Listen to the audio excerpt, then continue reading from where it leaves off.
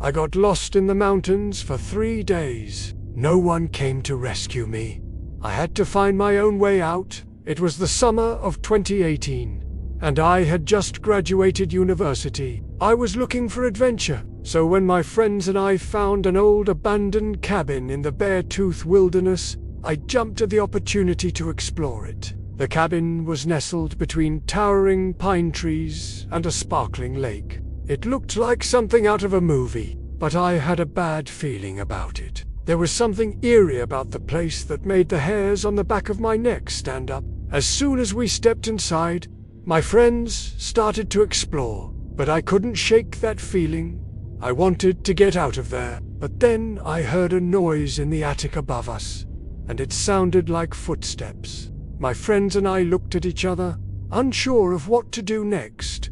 We were all a bit scared, but we decided to investigate. As we climbed the attic stairs, the footsteps followed us. We found a trapdoor, and when we opened it, we saw that it led to a tunnel, and at the end of the tunnel, we could see a faint light. We didn't know where the tunnel went, but we were curious, so we turned our flashlights off and crawled through the darkness. The tunnel was narrow and the air was thick and heavy. I could feel my heart pounding in my chest as I crawled forward. I didn't know what was at the end of that tunnel, but I knew that I didn't want to find out.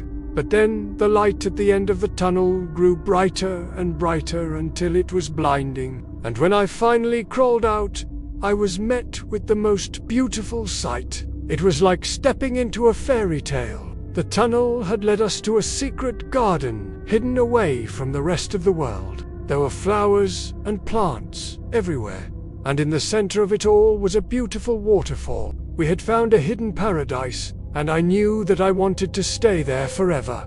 But then reality set in. We had no food or water, and we had no idea how to get back to the cabin. We started to panic, and that's when I knew that we had to do something. I took a deep breath and tried to calm down.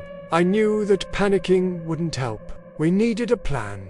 We decided to follow the stream in the hopes that it would lead us back to the lake. But as we walked, the forest grew darker and the trees began to close in around us. I could feel my anxiety rising as I tried to push my way through the thick underbrush. It was then that I realized that we were being surrounded by trees. We were lost, and we had no way out. I sat down on a nearby log and cried out in frustration. That's when I heard a voice. It was a woman's voice, and she was singing.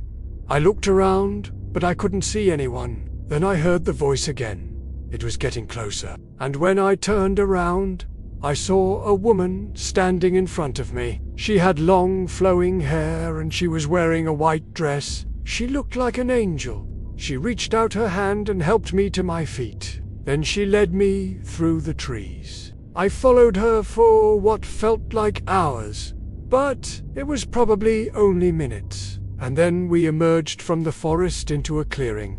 In the distance, I could see a road. I ran towards it, and when I looked back, I saw the woman standing in the clearing. She was watching me. When I finally reached the road, I turned around to thank the woman, but she was gone. I had never been so happy to see a road in my life. I knew that if I walked down it, I would eventually find help. And that's exactly what happened. A few hours later, I was finally rescued and taken back to the cabin. When my friends and family arrived, they were overjoyed to see me. They had been searching for me for days, and they never thought that I would be found. But I knew that I had been saved by more than just luck. I had been helped by an angel.